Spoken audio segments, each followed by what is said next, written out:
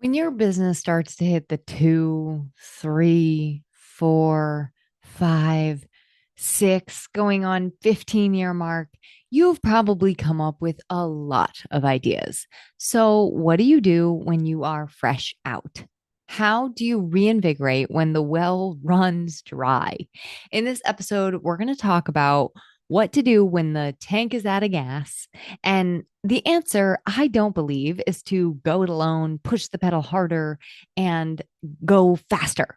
I think that it is to turn to others and also think outside the box when you're looking for ideas for a refill. So let's get into it. What to do when you are fresh out of ideas. Welcome to Small Business Casual, the podcast for business owners building something sustainable, cozy, and tailored to their actual lives, not just their Google calendars. I'm your host, Emily Aborn, small business copywriter, lifelong learner, and Jeopardy contestant. From my sofa, of course. I'm here to walk alongside you as we make sense of the behind-the-scenes chaos and trade those stuffy business suits for our favorite slippers.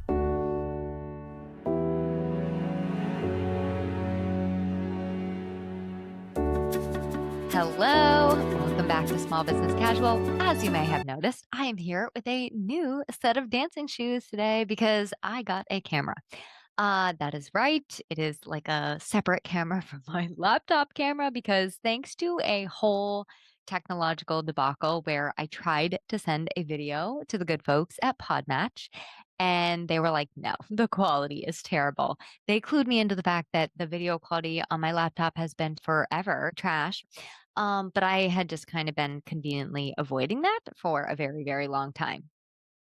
Weirdly enough, this summer has kind of been that for me. Okay. It's been sort of all about getting the truths out of hiding, bringing them up into the light, facing some of the things that I'm like, you know what? It's fine. It's fine. It's fine as is. And then I actually have to do something about them to rewrite the story and to make the change. So I'm talking from the big stuff down to, a new webcam. And what I have learned is as you start to dust off all those cobwebs, the things underneath are full of life and they tend to be very invigorating and bring back a spark of joy in their simplicity. And it's very empowering, actually. So, that is kind of what this episode is all about. It's about how to bring creativity and excitement back around what we're doing, what we're creating, and also who we're becoming. And as I've addressed throughout this month, the answer is sometimes smart consistency. And sometimes it is saying no, it is walking away, it is choosing something else, it is changing your mind and being 100% honest with yourself about which situations call for which modus operandi. So, I haven't done so properly in a while, so I am going to quickly introduce myself just in case you're a newcomer. If you are, welcome. And then I'm going to tell you a story about something that recently happened to me in my business, which had me buzzing with electricity. And then I'm going to get into how we can take those same principles and add the woohoo back into your step if that is something that you are missing too. So, the introduction. Drum roll, please. Okay, no drum roll. I'm Emily Aborn. I'm a writer. Specifically, I'm a business copywriter. And I write outside of business all hours of all days. I am a podcast guest and host. I'm a speaker. I'm a reader and a lover of books. And I also love the outdoors, peace, quiet, rural life. I mean, give me the mountains, oceans, lakes, rivers, you name it. Just plunk me there and just shh. So on this podcast, we kind of talk about that. We talk about living the lifestyle that you love. For you, it might not be the mountains, it might be the city, it might be adventuring, it might be, who knows, you're snuggling with your dogs and cats. But living the life that you love and also loving the business that you're building. And I don't believe that it has to be, I don't believe it's a perfect balance. But I don't believe it has to be either or. I think we can have both and. And so that is why I'm here. I take in ideas that you give me, and I really work on kind of distilling and simplifying, curating, deciding, streamlining, informing you, hopefully making you laugh, and probably making you roll your eyes once in a while. So that's why we're here. I know, like I said, that was a little bit of a longer intro. Without further ado, we got to get into story time, I think. So I recently got a freelancing gig with the Green and Healthy Maine Homes magazine. So I got a freelancing gig with Green and Healthy Maine Homes magazine. I will include a link to their website in the show notes. Fascinating magazine. Last month, I got and completed my first assignment. Yay! But let me just tell you, it was not the easiest assignment. Okay. I had to for this article, I had to interview 3 to 4 sources. I had to dig into legal laws and documents and transcripts. I had to gain a very deep understanding of licensure requirements for various tradespeople. I had to track down reputable information to cite. And at times, I will be honest with you, I kind of thought the whole entire thing was a test. So I hit a couple of dead ends at the beginning. I considered giving up, but thankfully, my love of research and reports throughout high school and college, and it all came roaring back to me and kicked me into high gear. And then, of course, once I had gathered all the information, I had to organize it into an interesting narrative with an angle that would appeal to their readers, who are, in this case, homeowners. I had to show them why they would actually care. So let me just tell you, I definitely used a lot more elbow grease than I would typically use in an entire year. But that article came together. It came together magically. And I remember the day I finished. It was a super gray, drizzly Tuesday. And, like, I was pretty tired that day. And I kept on going. I kept on going. I had, like, my binaural beats on, right? And as I kept going and reading and researching and putting all this together, I started to feel more and more energized, more and more alive. When I finished, I felt for sure a sense of relief. But even more than that, I felt this like head to toe elation. It was like the kind of satisfaction you get when you overcome a very difficult challenge and you win to tell about it. I realized about myself, and I knew this, but I really love that journalistic, investigative, bringing together different information and fact finding and sources, and then weaving it into storytelling. I love that so, so, so much. So the experience really rekindled the spark for me. And because it did, I kind of wanted to toss some ideas over your way because here's the reality in our businesses, when we are creating content with our podcast, when we are writing, it can start to feel, no matter how much we love it, it really can start to feel a little flat sometimes. So, if you've been doing the same old, same old, same old, and you're expecting to feel differently on the other side, it might be time to mix it up. So, I'm going to give you some experiments you can do to rekindle the spark. And let me just say this, I'm a big fan of experimentation. Not all experiments go well. Okay. I am trying to do some right now with my own sort of like health stuff.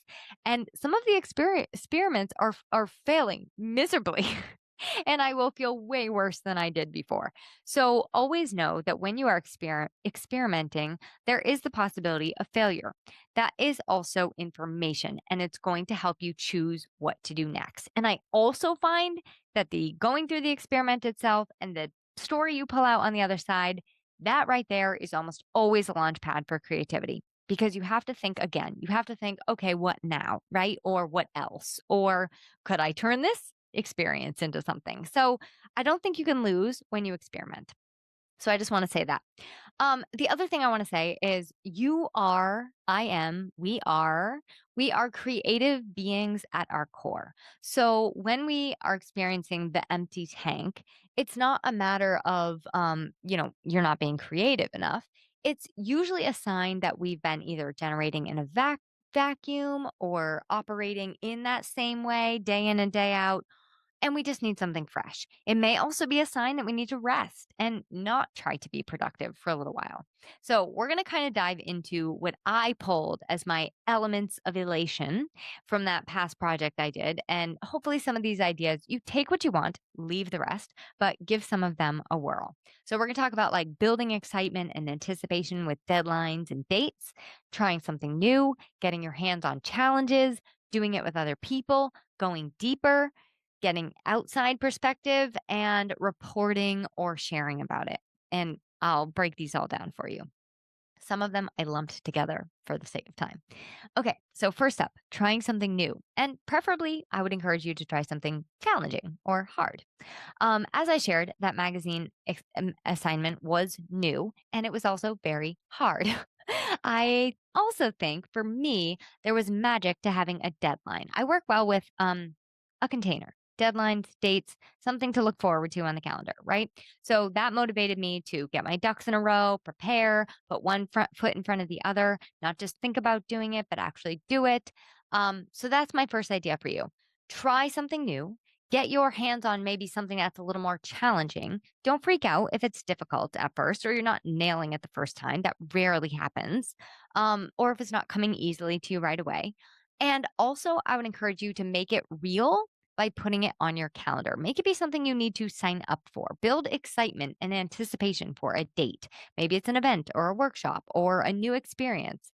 And yes, I'm talking, it could be business stuff for sure.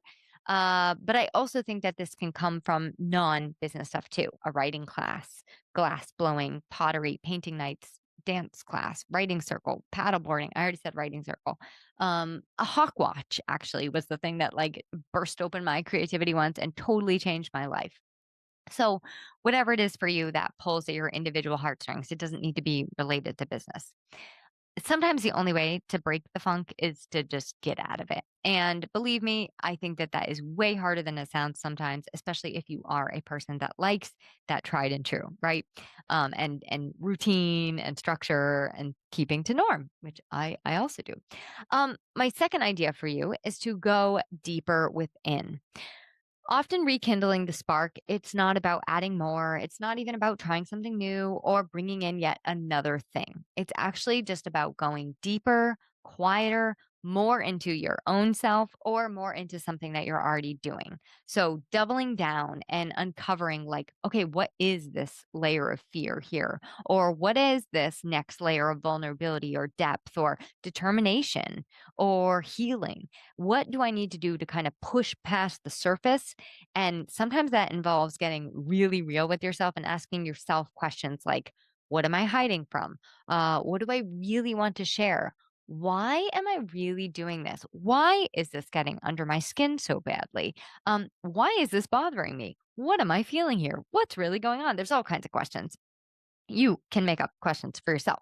And this is not nearly as fun as taking a pottery class, I know. But I will tell you that sometimes when this is the solution, when the solution is to go deeper, uh, things are going to keep stopping you and blocking you until you wake up and realize that you need to go deeper. Okay. So that's fun too. And if you want a super tangible way to go deeper, which I would imagine you do, repurposing is this. This is, I think, a very practical way to go deeper into content that you've already shared. I promise you, you cannot talk about a topic too many times. I've actually done a podcast very similar to this one before, a little different, but about rekindling the spark. So we can always go deeper on things that we have created before. We can repurpose something, give it a fresh life. We can create it in a different way. So I would challenge you to look at in your own stuff. What can you rework and make new? Maybe it's an old offering that you dust off and you're like, you know what? I like this. I'm going to rework it and make it something new. The fourth one is sort of the opposite of going deeper within, and it's about gaining an outside perspective. So we can't always be the ones to figure out what is slowing us down while we're sitting there staring inside our own brains. Sometimes we need that outside motivation, that perspective. And it might simply mean that we gain inspiration or we look to like a book or a movie or art or podcasts or music. But we also might be looking at like what other people have done that is successful in that area and use the solutions they've created to not to copy, to pave the way forward for us. It also might mean bringing in an expert or somebody who can offer a strategic insight or an outside vantage point, right? So sometimes getting that solid advice or an external, like, you got this, like that chutzpah, right? That we need to get going. I think when you're too close to your work, when I'm too close to my work, it can be hard to see the forest through the trees, or however that phrase goes. And I think that one real conversation with somebody outside of your echoing chamber brain, it can change everything. I mean, if we're talking content strictly, it can give you like 3 more podcast episodes, right? 4 more email ideas, a fresh approach. The list goes on and on and on and on. And I also think that connection really refills your tank. And as you refill your tank, that's when those ideas are like, oh, now we have something to grow. We have something to foster and grow in. It builds relationships and it also grows your business. So, connecting with other people, getting that outside perspective, that's another one. And number 5, this one's kind of out of the boxy, but I think it's fun. Make a point to tell about it. I find that when I go into something, I'm going in to get a story out of something, or I'm going to make my report back and tell my friend Karen, or even when I just promised my friend Crystal, I'll let you know how it goes. It brings me a new perspective going in to the thing because my objective, data collecting, fact finding, reporting skills are on. And it also kind of forces me to live the thing twice because now I'm telling about it. I'm reflecting on it, whether I'm sharing it with a friend or I'm including it in an email newsletter or I'm recording a podcast about it. It causes me to find those glimmers, those lessons, those takeaways, the applications, the how does it apply to you? How does it apply to me? What do we actually want to do about it? It causes me to look for those. So I always think that when you can go in with the mindset of, I'm going to share about this, you don't need to share about everything, obviously, but going in with the mindset of like, this is something I want to share about on the other side, it really opens you up to paying more attention during the experience in a different kind of way. You pay closer attention. I do think you enjoy it a little bit more because you see like the good and the bad in a different way. Like if it was maybe something you wouldn't have enjoyed. And your very experience itself then becomes the impetus for your next source of creativity. So you get to enjoy the magic twice. You're paying closer attention while you're enjoying it, and you use whatever you just went through to be the catalyst for your next piece. It's kind of like the trifecta, I think, for an empty tank. Okay, last one. I saved the best ish for last. I think they're all fun, but community is the biggest and best lever, I think, when it comes to getting new ideas, rekindling the spark, and creating something new. At the time of recording this, I have a lot of creative community sparking things to look forward to. I'm actually recording this at the beginning of the month of August. So I have my New England podcasters group. I'm doing a candid content day, which I do at the Hannah Grimes Center in Keene. It's like a whole day of a bunch of us getting together and strategizing, planning our content, taking photos for social media. It's super, super fun. So stay tuned for that because I'm going to be doing another one, I think in October. Lots of people love them. They're super fun and a lot of people are interested. So, but I just believe that getting together with other people in small groups that are comfortable and safe for you, having those things on the calendar, creating the connection in community, that is such a great way to help freshen things up. And for me, it has been everything in helping me to overcome some of the funk that I have been in. So, making things alongside other people, it usually beats grinding away solo. You get that shared energy, you get the built in accountability, you've got the collaborative ideas bouncing between two people, and sometimes you collaborate with somebody that you meet there, right? So, you're literally creating something new together. And then, obviously, bonus points if it's something fun because and no matter how much you love what you're doing, building our dreams can get lonely and sometimes it can be heavy, no matter how much you believe in it. So, doing it with others, I think naturally makes it fun again, right? Like there's naturally room for laughter and joy. And that joy is as much as it is worth as much as a full tank of gas, even in today's economy, even with gas prices what they are right now. And lastly, I don't want to end without at least touching on the fact that sometimes flatlining is a sign that you need to give something up. You need to rest or walk away or change up your pace. It doesn't always require more or more hustle or more productivity or looking for more ways and ideas. But you and only you can determine what's worth rekindling and what's actually time and worth to let fizzle. A drought in your creativity can mean that you've been pouring out a lot, too much, without getting anything pouring back in. And that is exhausting to anybody. So refilling sometimes takes stepping away from whatever that thing was.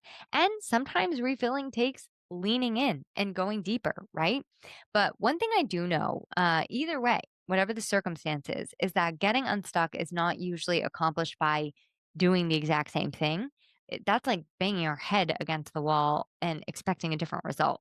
It is about stepping outside the box, stretching our comfort zone, taking our fear with us, and saying, you know what, let's do this together, my friend. And if it flops, remember, the worst that happens is that you have a creative story to share on the other side.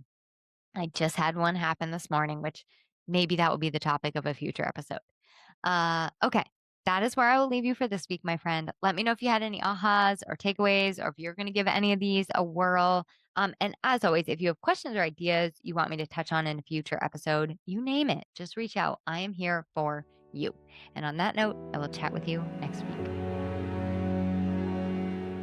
Thanks for joining me on this week's episode of Small Business Casual. If you love the show, make sure to rate, review, and share it with a frazzled business owner that you care about. Because this shouldn't feel like a roller coaster ride, more like a scenic train ride with snacks. Don't forget those snacks.